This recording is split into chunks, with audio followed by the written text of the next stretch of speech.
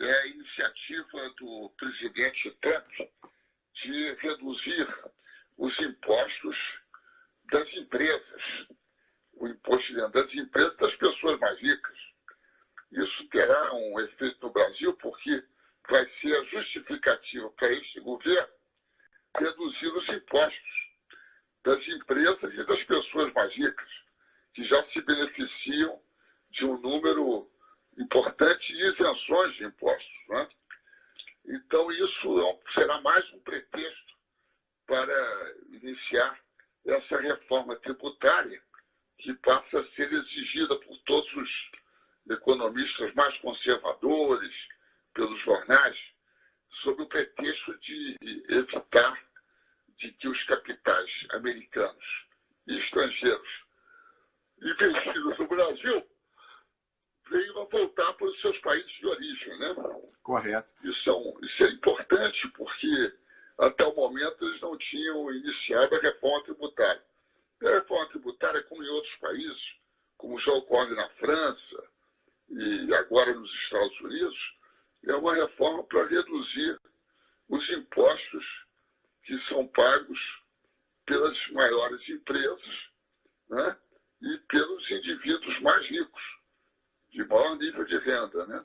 Correto. De modo que isso é um fato muito importante que aconteceu agora, né? Sim, embaixador, com certeza. E isso que o senhor fala envolve alguns conceitos de economia que talvez quem está nos assistindo não conheça, mas, por exemplo, começa, como o senhor falou, uma concorrência predatória entre os países. Então, os Estados Unidos fez, aí os outros têm que fazer também, alegadamente, para não perder os capitais. Isso a economia se chama, né, race to the bottom, a corrida para o fundo do poço. Então, os países começam a concorrer entre si para ver quem tributa menos, quem taxa menos.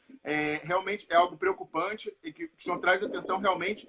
Eu não tinha tentado para isso, da implicação no Brasil, porque realmente há esse projeto para que agora, com esse impulso vindo de fora, ganhe mais ímpeto, né, essa tentativa de tornar a tributação no Brasil ainda mais regressiva e ainda mais injusta do ponto de vista distributivo. Embaixador Wellington Calazans tem uma pergunta para o senhor. Diga, Wellington. Embaixador, bom dia. Nós sabemos que um exemplo muito bem sucedido aconteceu aqui ao lado da Suécia, a Islândia, um país nórdico. E uma das coisas que a sociedade fez, além de destituir o governo, foi decretar moratória e reescrever a Constituição. O senhor acredita que seja esse o único caminho para o recomeço do Brasil, para a reconstrução nacional? O senhor ouviu a pergunta, embaixador?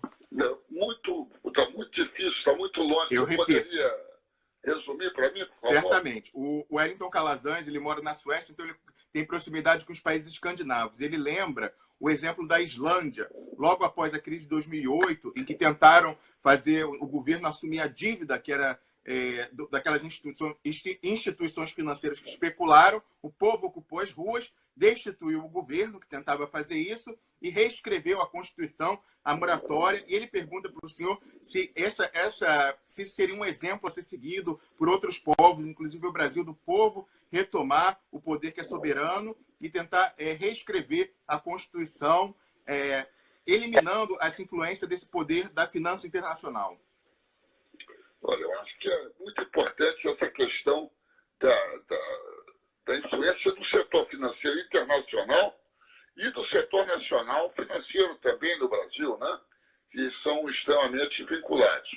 Uma das iniciativas importantes nesse sentido é a chamada da auditoria cidadã da dívida pública, né? Para justamente se verificar se esta dívida pública que o Estado é obrigado a manter, não é obrigado, ele faz porque quer, né?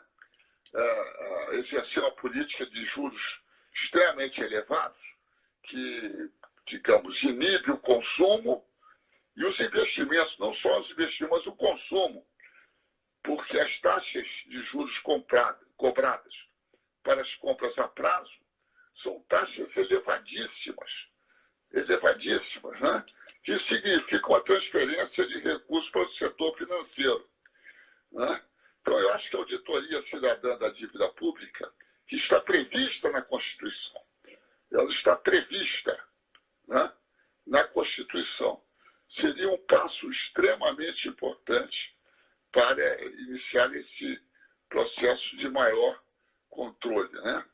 Outro passo importante é, digamos, a desprivatização das agências reguladoras.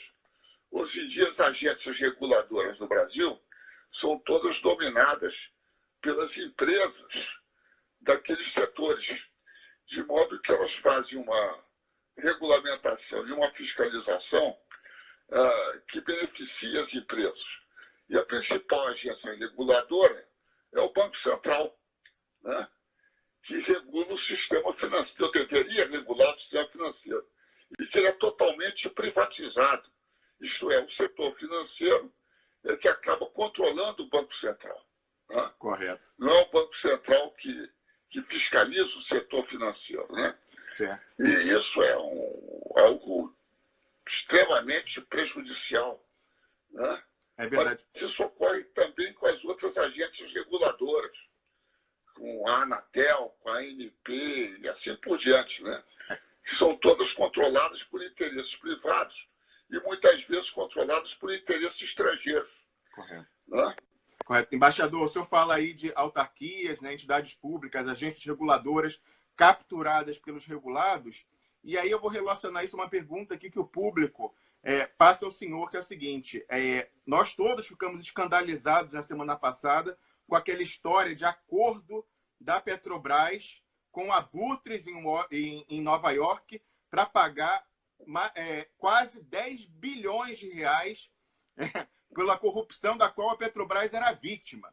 E aí, embaixador, eu logo que vi essa notícia, e aí eu queria até perguntar para o senhor, como um diplomata destacado de carreira, eu tenho a minha especialização em Direito Internacional, e eu falei o seguinte: esse acordo ele está cobrindo um valor do que se chama nos Estados Unidos de danos punitivos, que não existem na legislação brasileira.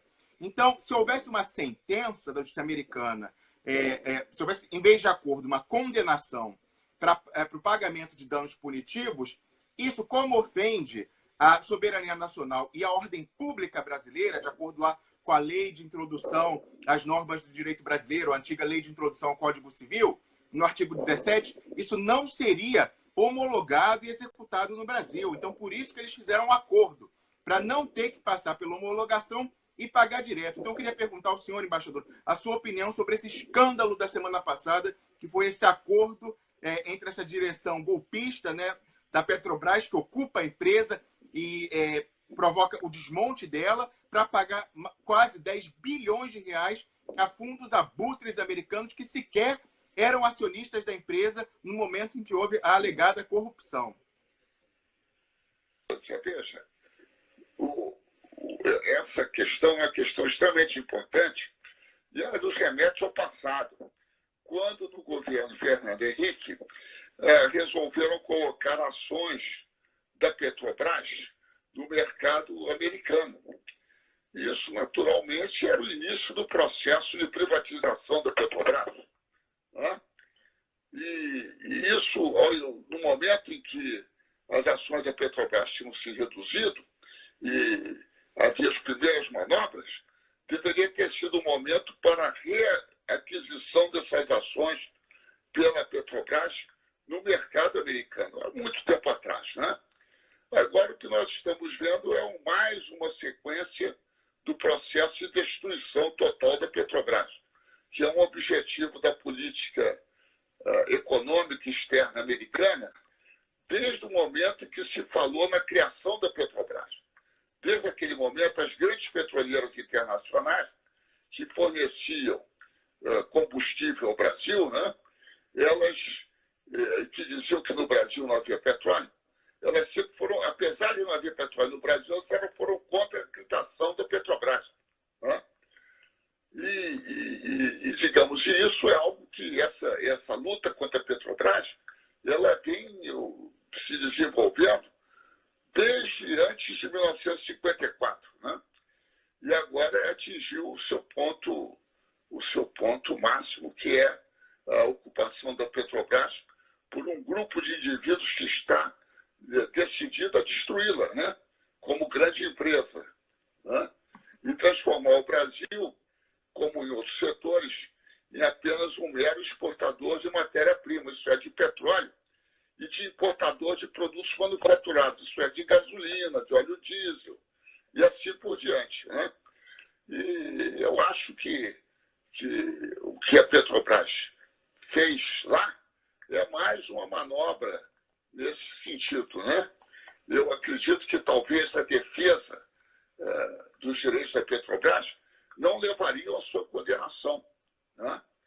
E isso teria sido muito melhor para a empresa, né? Mas é que eles usam essa figura do direito americano, que é chegar a um acordo para evitar a condenação, né?